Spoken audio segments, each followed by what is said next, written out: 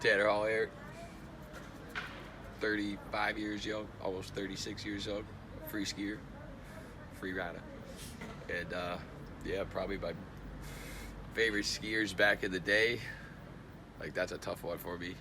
Because when I was young, like, it was like Greg Stump, you know what I mean?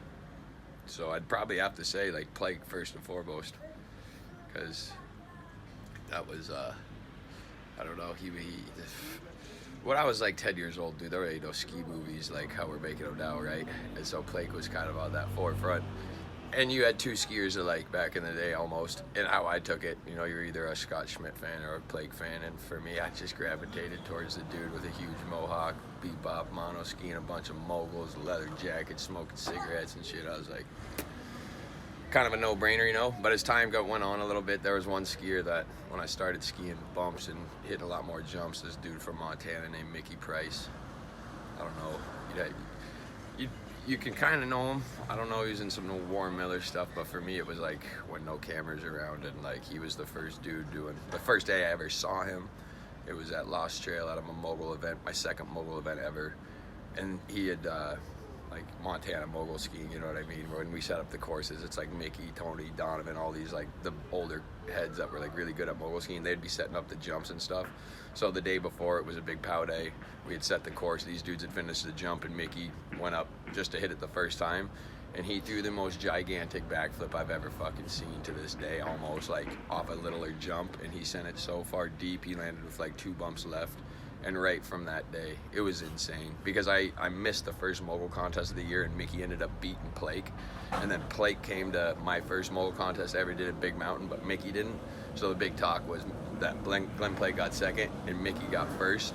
So to me, I already thought Glenn Plake was the best, and when this dude Mickey had beat him, I was like looking at him like, dude, you just threw the biggest backflip I ever seen, and you beat Glenn Plake, and you're from Montana? Like, what the fuck?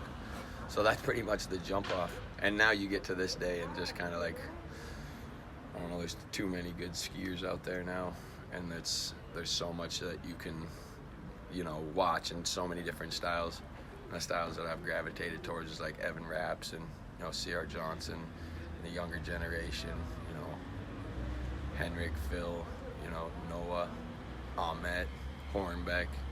You know, it goes down, dude. And even like these new kids, Anton Linden, crypto skier, fucking, you know, Kim Boberg, I gotta give a big shout out to, dude. That kid like does a lot, you know, with that Kimbo sessions. It's beyond his riding, you know. His riding speaks for itself, but when you're a rider that can put on something like as ill and as progressive as Kimbo sessions, like, I just gotta give props and praise to Kim Boberg, because he's the man. And I could keep going, but we'll stop it there for now.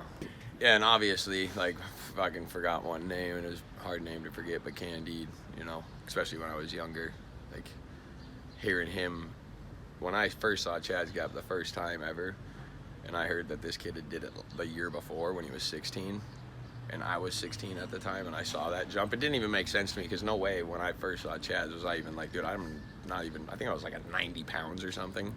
And I was like, there's no way I'm making it over that. And I think he was the same size and whatnot. And like, obviously I was just out of my element. So like, yeah, big up Candide, man. He's still out there doing it, and he's done a lot for skiing. So